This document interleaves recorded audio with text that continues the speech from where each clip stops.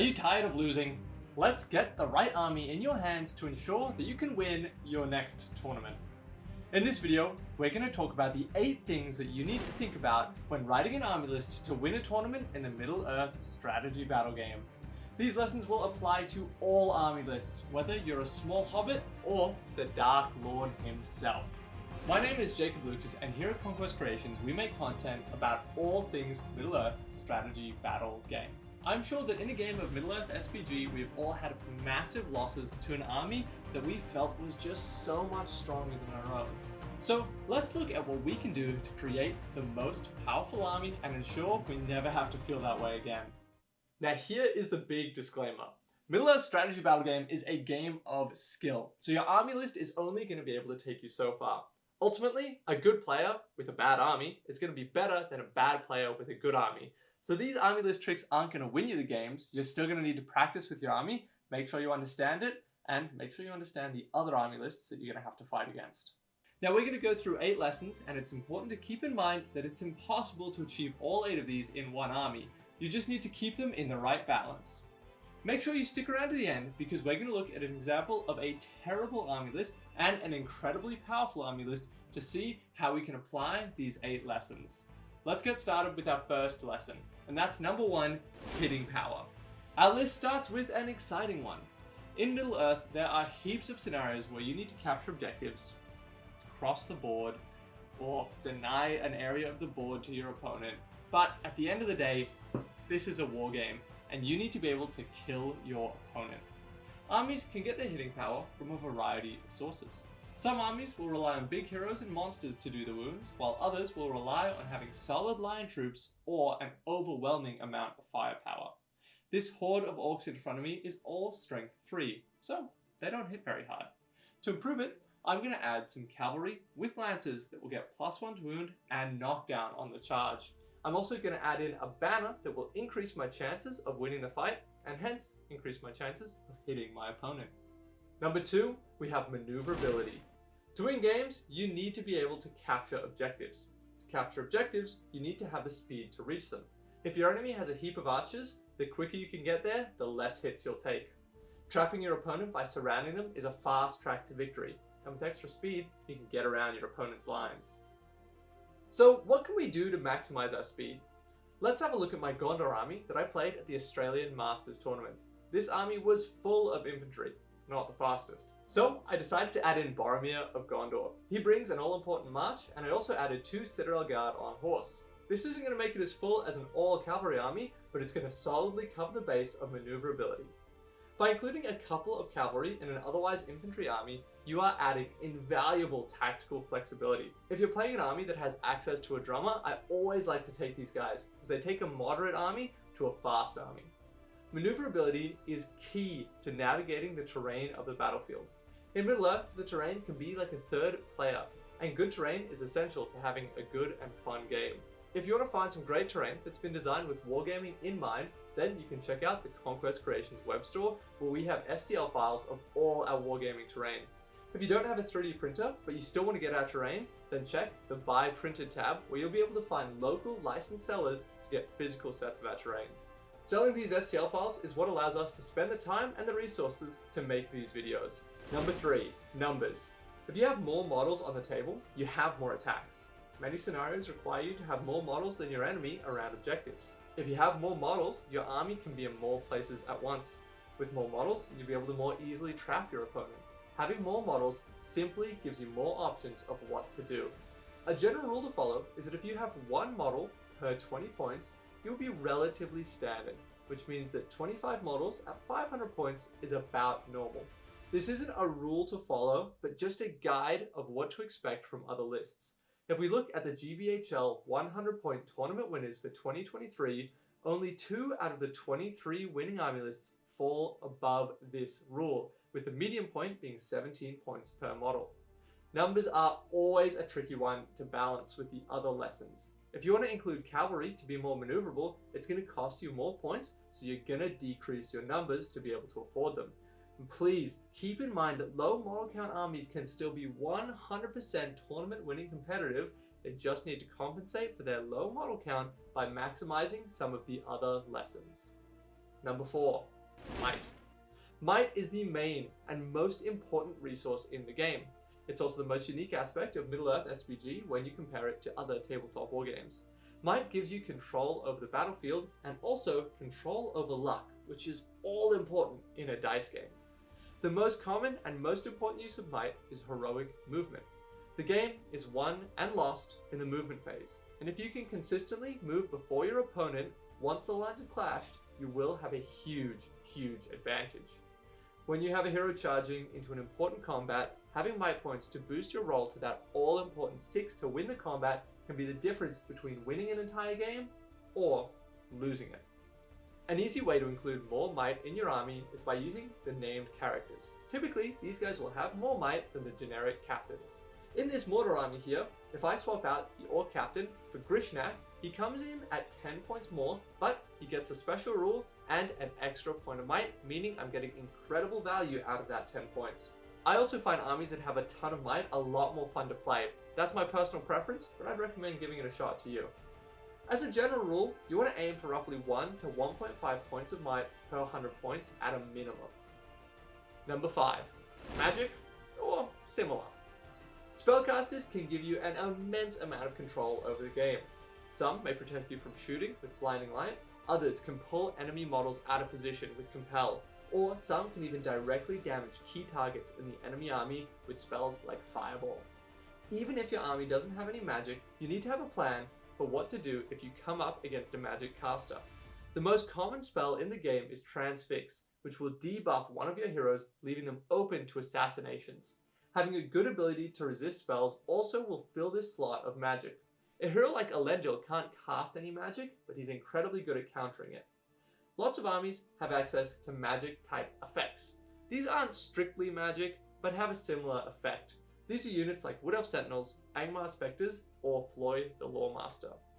There are a lot of armies in the game that don't have access to any magic at all. Now that is not necessarily a problem. You'll just need to make sure other aspects of your army are able to compensate for what you're missing in magic. For example, lots of magic armies use their spells to counter big heroes. So if you aren't going to be bringing any magic, think of other ways that you could achieve this. Number 6, shooting. Whenever I see new players writing lists for the first time, I always see that shooting is the most misunderstood aspect of the game.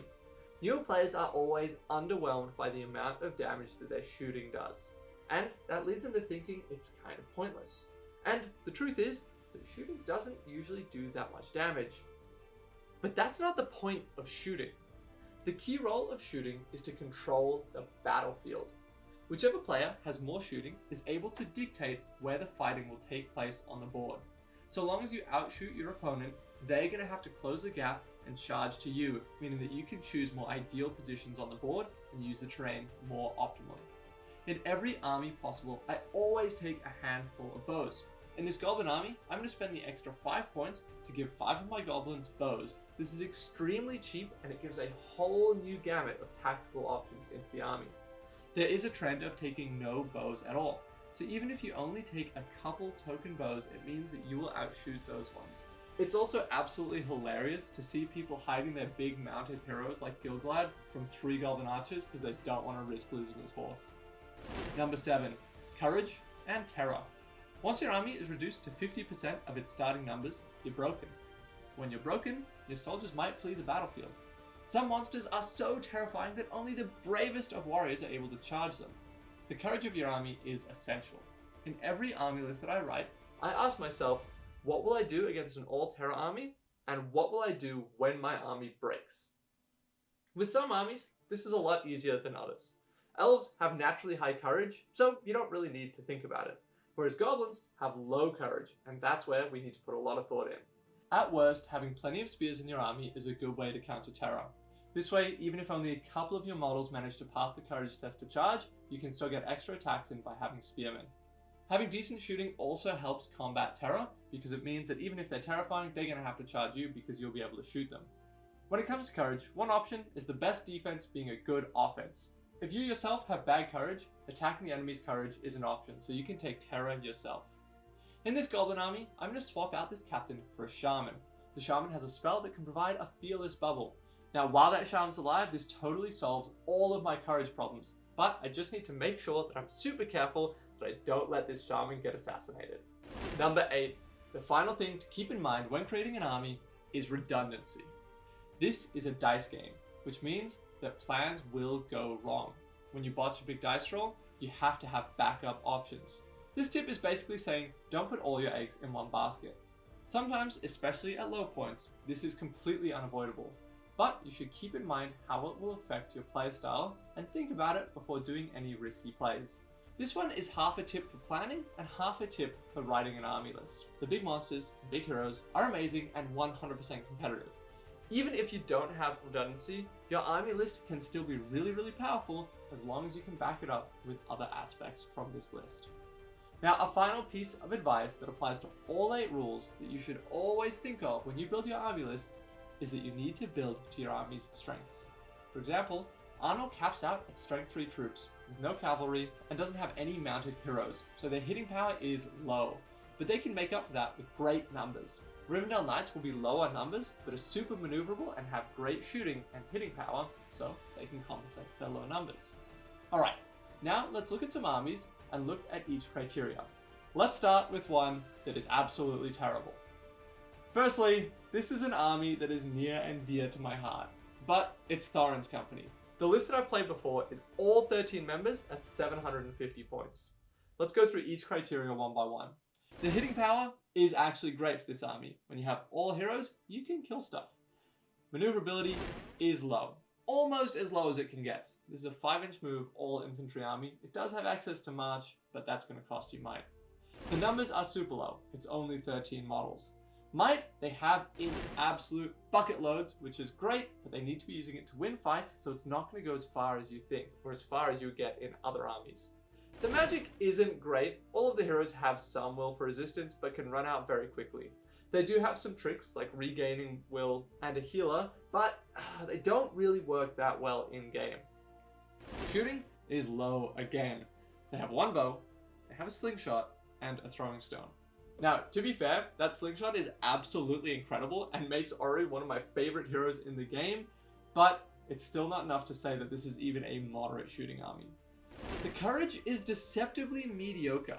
With courage 5 and 6 and will points, you'd think that you were totally fine.